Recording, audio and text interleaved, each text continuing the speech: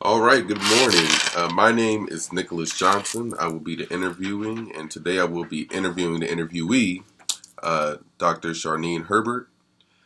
Today is Tuesday, May 23rd, on the campus of Shippensburg University in Dr. Herbert's office.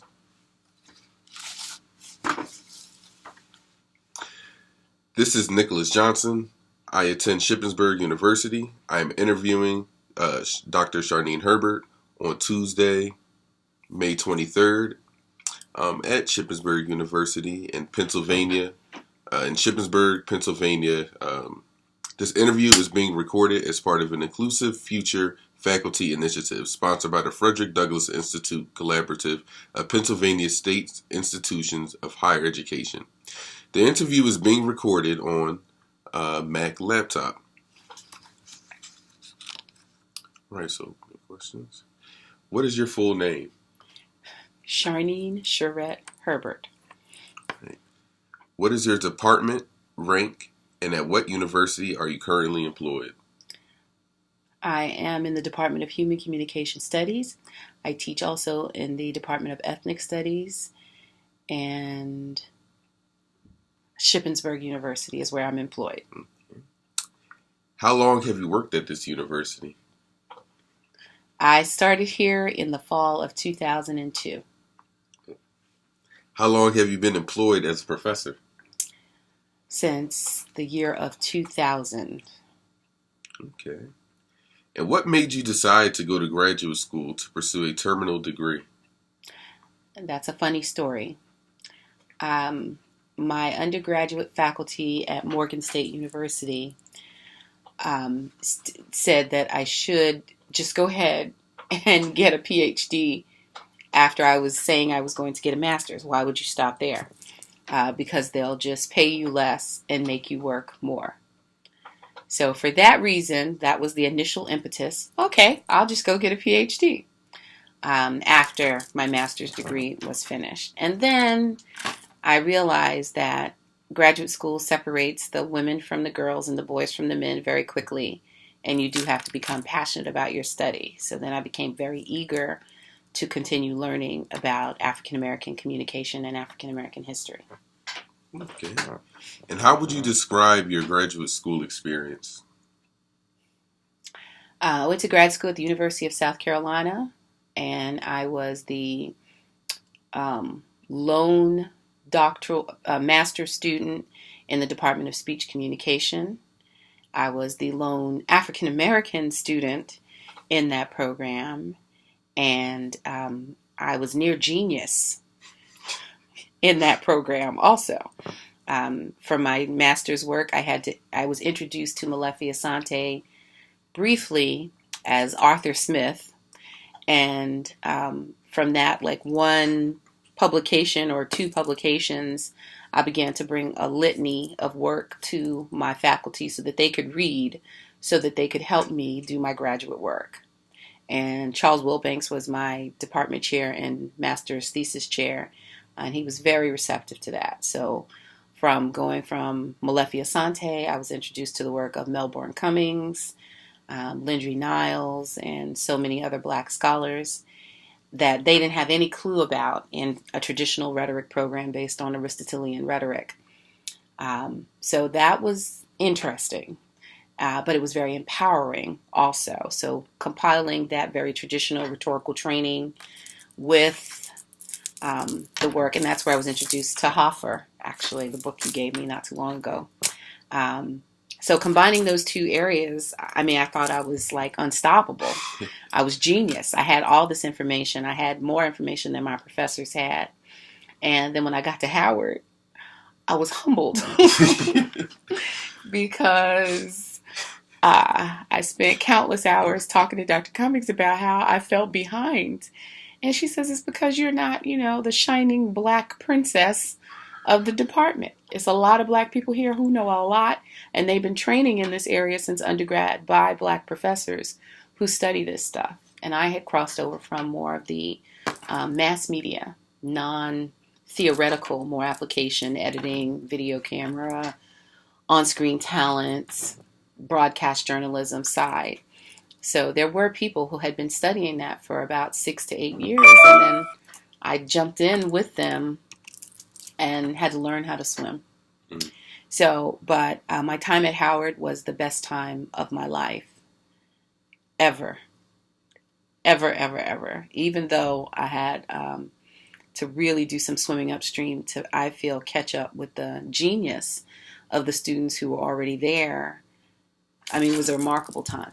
So grad school for me was amazing. I made some really good friends and just learned so much about the world that my undergraduate years didn't even begin to touch on. Wow. Okay, and how did you choose the field you wanted to go into? It chose me. I went to grad school thinking I was going to work in interpersonal communication because I liked solving problems, working with people, and I had already a career in government.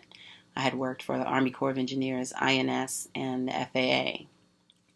So I thought that my communication degree would put me back into organizational communication, interpersonal in some way, to help them do either the civil rights aspect of it, which was arbitration negotiation.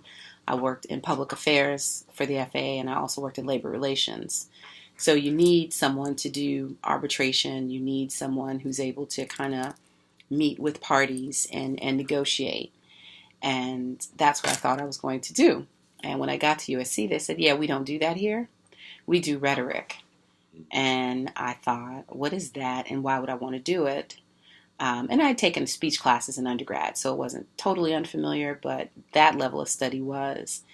And then I just became engrossed in the fact that you could read a text and then deepen that meaning to have so much application to the world that just because they wrote it and it's very insular, that there was just a way to expand that reading, not only for their worldview, but for the consumption of people outside of the writer's, the rhetoric's context for years to come.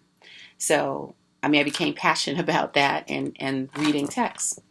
So that's how I chose the field. And I discovered just a host of other Black writers outside of English, which is where, and literature, where a lot of them had been encompassed to my knowledge. So actual Black researchers. Ooh.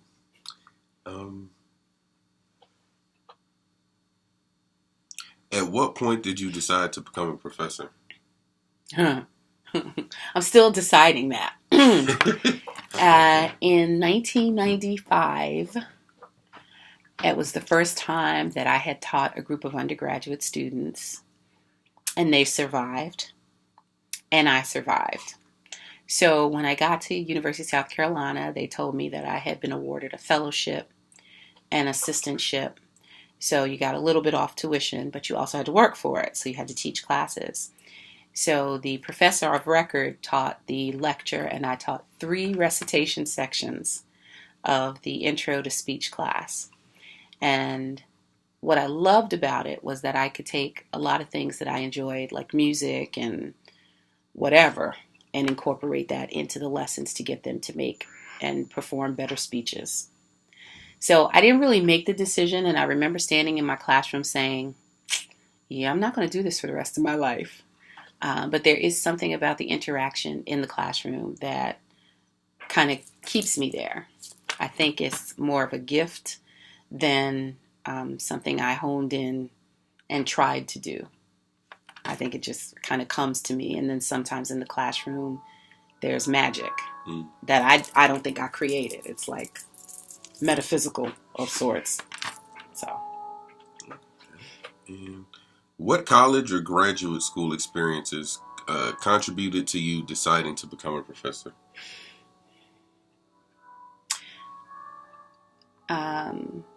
So after I left USC, I got to Howard, and you had to interview for a fellowship, a teaching assistantship, and they were competitive. So everybody didn't get one. But there were still about 20 of us, which is a lot.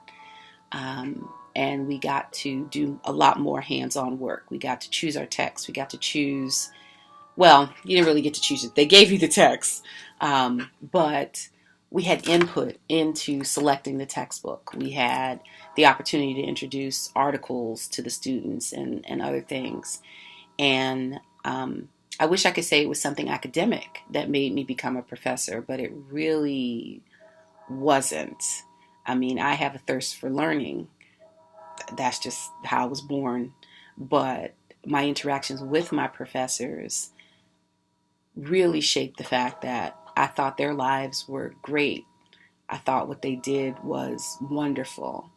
And that if I could be, that makes me emotional. half the professors that they were and half the people that they were, that I would be good. Just half.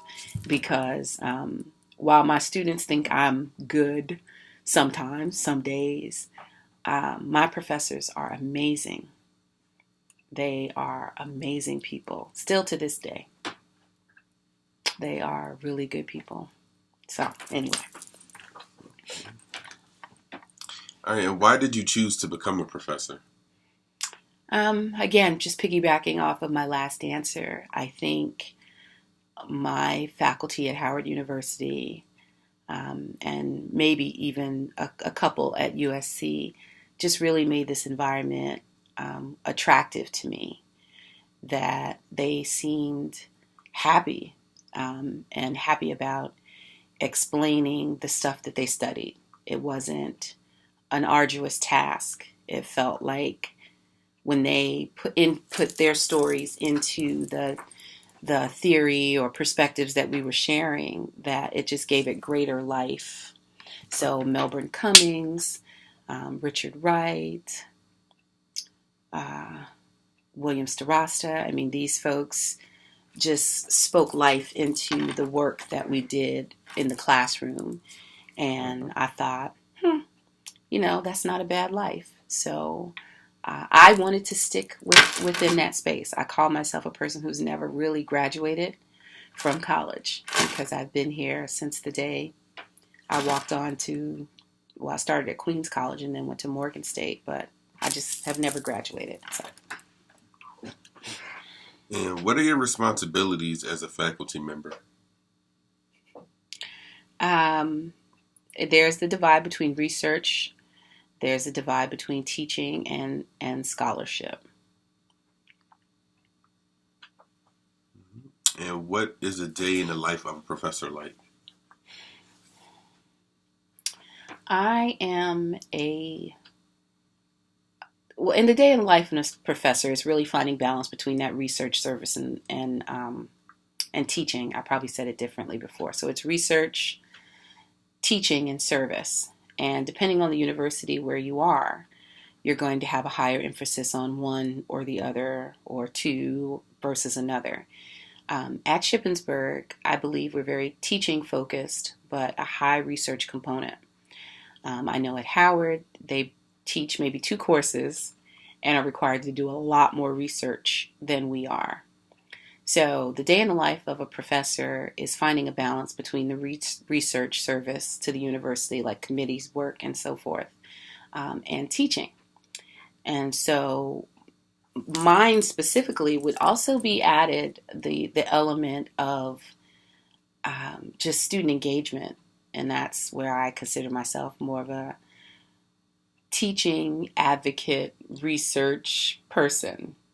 So my service is different than the work I do with students. Even though a lot of it falls under service, I just think there's a higher level of work that I'm compelled to do with students that I can't put on a vita. I can't put it on my resume. There's no line item for, call student at home. Mm-hmm. There's just none of that. And that to me is the reward of my job. But I think that's what it is. So a lot of times you will find me in my office with students, with a group of students, with a bunch of students. But that's how I put myself in that position. And it's a good position to be in. But it does hinder some of the rest of your stuff. So sometimes I walk in my classroom late and I'm like, look, I'm time in service with my students. Just because this class started, it doesn't mean I'm going to stop talking to them and in my office, which is very important to get in here and fit into this linear structure that you call your classroom time, because my student time is very important.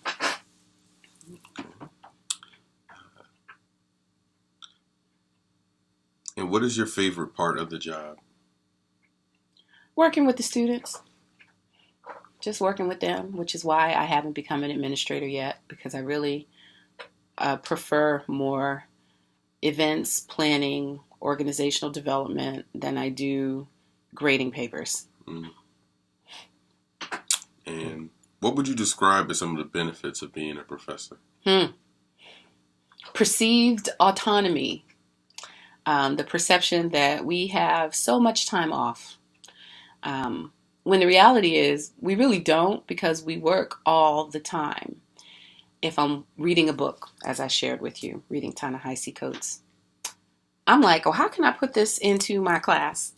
So you have autonomy, but because of the prior brainwashing of grad school, you're constantly thinking about work. So you're either thinking about work, you're at work, you're researching for work, you're reading something for work, you're answering an email from work. But you can do that from more comfortable spaces.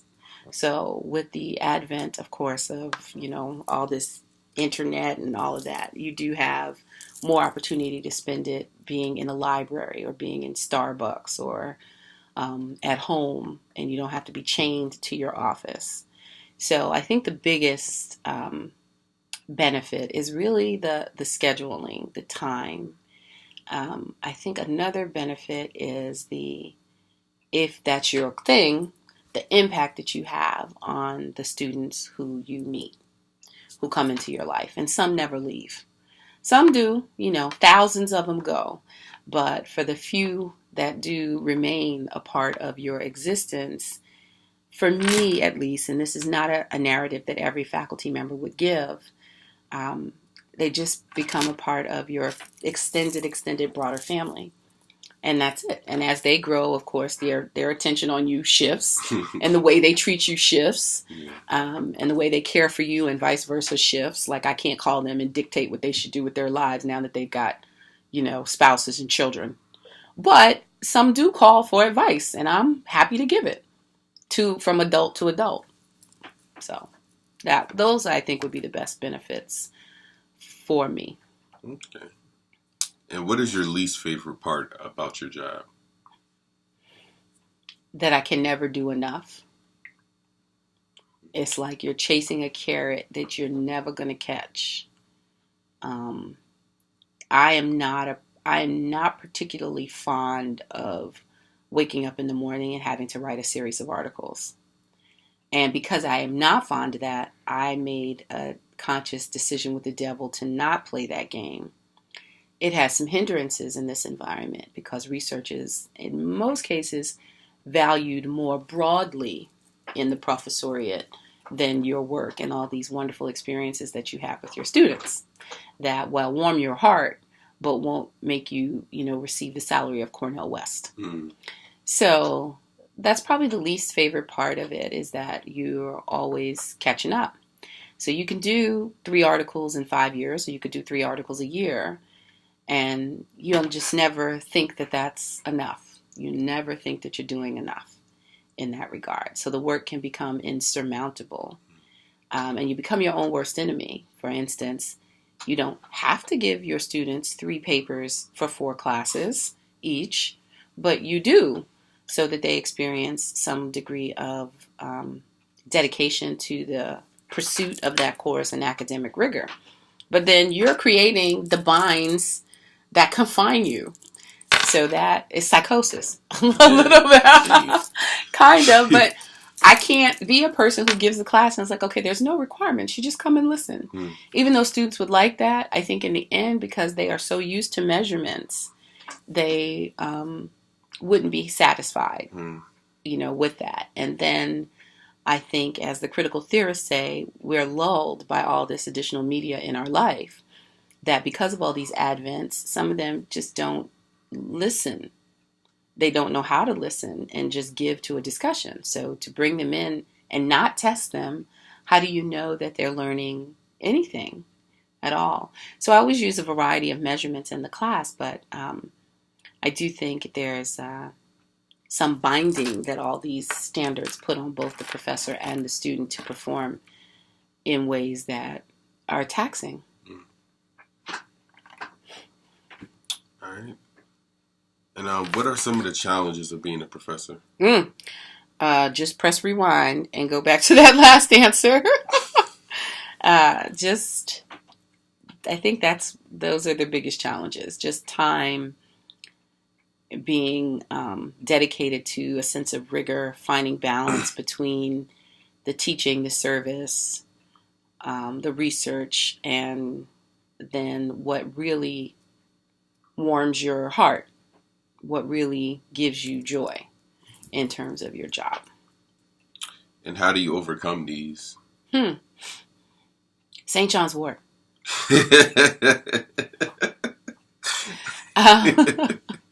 I kid you not. Sometimes I work for the break. Because in the break, meaning after the semester, in the break, I can find renewal to go back and get at it again. That's one way that I find ways to deal with that balance. So during the break, I may work on a special project. I may write an article. I may propose, a panel or something like that. And yeah, so that's how I find how I deal with the challenges. Okay. And what is your area of research, and what are you passionate about in terms of research? See, we go to that research question. Just how about what I'm passionate about in general at the university? And again, it yields to, there's this real heavy emphasis on loving your research. And I see why, because you have to keep filling the field with information so that we know how to study a variety of populations. So my area is specifically African American communication that has been broad enough to encompass dealing with women, women faculty at African American faculty or minority faculty, quote unquote minority, at predominantly white institutions. That has also crossed into dealing with junior faculty at one time and their transition into the professoriate. That has also transitioned into dealing with African American women and friendships, African American women and motherhood, African American music, which is ultimately my biggest, probably overarching passion. And I'm embarking on a new project on African American millennials. And are you currently working on any research projects? If so, describe them. Yep, I'm working on the Millennials Project, and we're exploring Black millennials, and their perspectives being post-civil rights, Black Power era individuals where the same problems exist, and looking at that from a sort of transnationalism perspective. And so that's the biggest thing. That's what I hope to work on this summer primarily. And then I've also proposed, finally, after so many years, a class based on music solely. So a communications class on African American music. So those are the biggest things I think that I'm working on right now. And how do professors get promoted or advanced in their careers at this institution? Research, friends, networking. I've seen some real interesting things. I've seen people who publish a lot not get promoted. I've seen people who publish quite a bit get promoted. So it is a divide. What I find most interesting about this institution is that, and I think PASHE works that way, for lack of a better way to put that, we are promoted when there's space. So you kind of have to there's an economic advantage to being promoted, but then there's a deficit that it creates for the university if you keep promoting. So they won't promote you until there's money to do so. So sometimes 15 people will go up for full professor, one will get it or three will get it. So it's kind of like you have to have retirements in order for you to be promoted to the final level. And I think one of the things the students don't realize is that a full professor and a assistant professor, which is the beginning, they do the same work. It's just that one shows their kind of impact on the discipline at the university, and then they're rewarded for that. But it's very, very subjective. Okay. And how do you define success at this profession? Or in this profession? For me, success is defined by the success of my students. So I am comfortable doing a good job when I see my students succeed.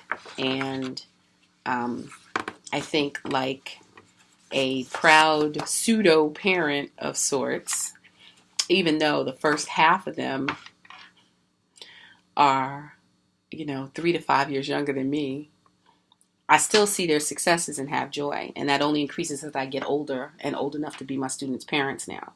So when they do a good job, I feel like my time is worthwhile.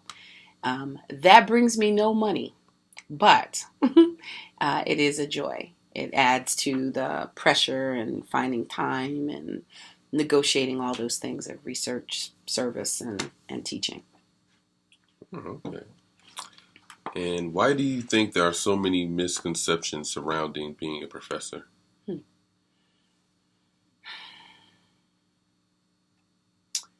Because we don't know professors, particularly in Black spaces. Most of us grow up not knowing one professor. In this modern time, after integration, we don't know lots of people. Like, we don't know a lot of doctors. We don't know a lot of lawyers if they don't live in your community. Okay? Now, my daughter's life and other second-generation students, I'm a first-generation student, other second-generation students, that's like nothing, because they are probably moved into other communities, even if it is not a suburbs but a city. They live in socioeconomic ways and spaces where you'll have other outlets. My daughter, for instance, might know 5 professors outside of myself, maybe even 10, and a few lawyers, and at least 5 or 6 doctors that she plays with their children. So with that being said, is that integration created this space where those who had higher learning and, of course, socioeconomic advantages moved out of the community. So you just don't get to see what people do. I knew probably one tangential professor who was married to a medical doctor out in California, and I thought their lifestyle was fabulous, with tennis courts and pools and all this other kind of nonsense. And I was like, I could do that. So I think the myths really are based on the fact that we just don't have these folks living in our communities. So we don't get to see what they do. I think another myth is because of that constant dedication to rigor, that you're trained when you go to these Research One institutions, you're trained to have a certain standard until you realize, or until you give up, let's put it like that, because there's that would be sacrificing a part of the job that's so very important. So one myth I think about that my students have a lot is that we work like K through 12 educators. And it's like a completely different world. I think part of that myth is, there's no money in being a professor. And, when you get out, you might struggle a little bit, but it gets better. And I think the financial reward could be greater, but is commensurate sometimes with the level of training and work that you do. And some professors do very, very well financially. So, and the last thing is, again, that time, just going back a little bit, that because we have all these things that we just like to make students' lives miserable, and that we have all the time in the world just to sit and find ways to make students' lives difficult. But my narrative has always been, I have a life. I start by telling my students that, before I had a daughter, I still had a life. Now that I am a mother, I still have a life, but yet I do have to give a portion of myself to her. I don't have as much time to deal with some of their requests, like, can I get extra credit for this and that? And I'm like, extra credit's extra work. I don't have a lot of time to do all that. So I think there's a host of myths that go from, that all we do is think about being a professor. That's our entire lives. That we don't make as much money, that we work like a grade school teacher. I really don't know how K through 12 teachers do that. Like, if I had to meet my students every single solitary day for 8-9 hours a day, then I had to go home and grade their work right after that till 11 o'clock at night, every single night. I don't know how to do that.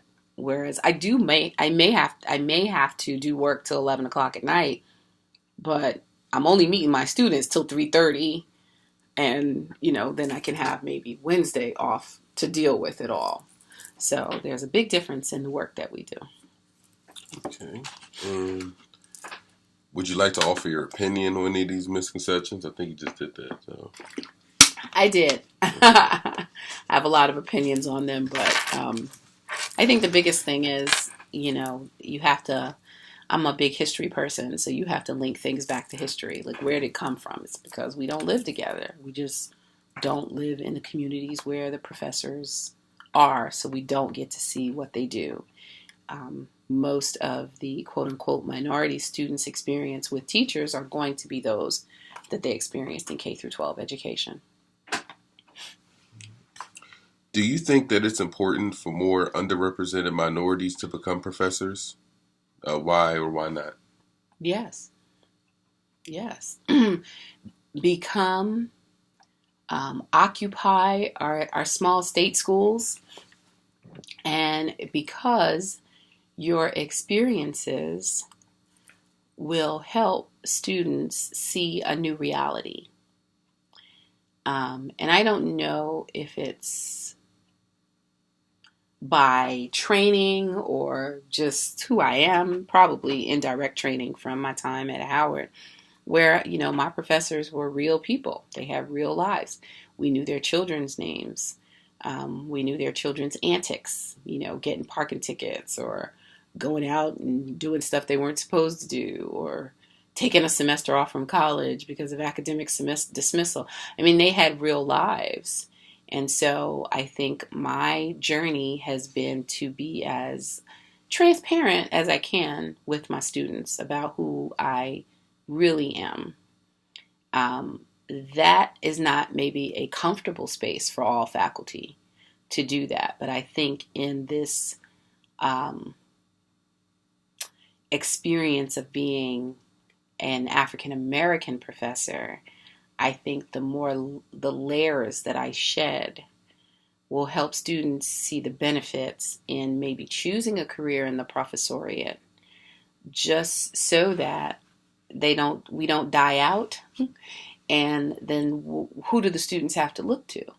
And not to say that advocates and partners across the professoriate who aren't of color, quote unquote, can't assist, because they do. They have such an important structure. And we would all be remiss without the collective effort of faculty who cared about students. But there's something in a shared cultural experience that I think is invaluable. And so if the question again is, should there be more in the professoriate? Absolutely. I think it should be a career that people can at least consider. And sidebar, I've been working with the graduate students from Howard University in an unofficial, official mentoring capacity. So they have a mentor in the discipline outside of their college professors, outside of their grad school professors. And in talking to them, like one after the other, want to go into a corporate life. And it's disheartening, because when I was there, most of us, besides for those in like maybe mass media or mass comm, most of us wanted to be in the classroom, at least doing research for a time period, maybe then going on to something else. But it's like they don't even want to make that stop. which is scary because you then have little hope that the cream of the crop, quote unquote, the doctoral students don't want to see faculty life. They just feel it's not rewarding enough, and that they could just make more of an impact on the industry that they want to go in this case, communication based. And is there anything I did not ask that you would like to add? And I think I've added more than you asked. So, all right. No, I think that's it. All right. Well, thank you, Dr. Herbert, for your interview. Okay.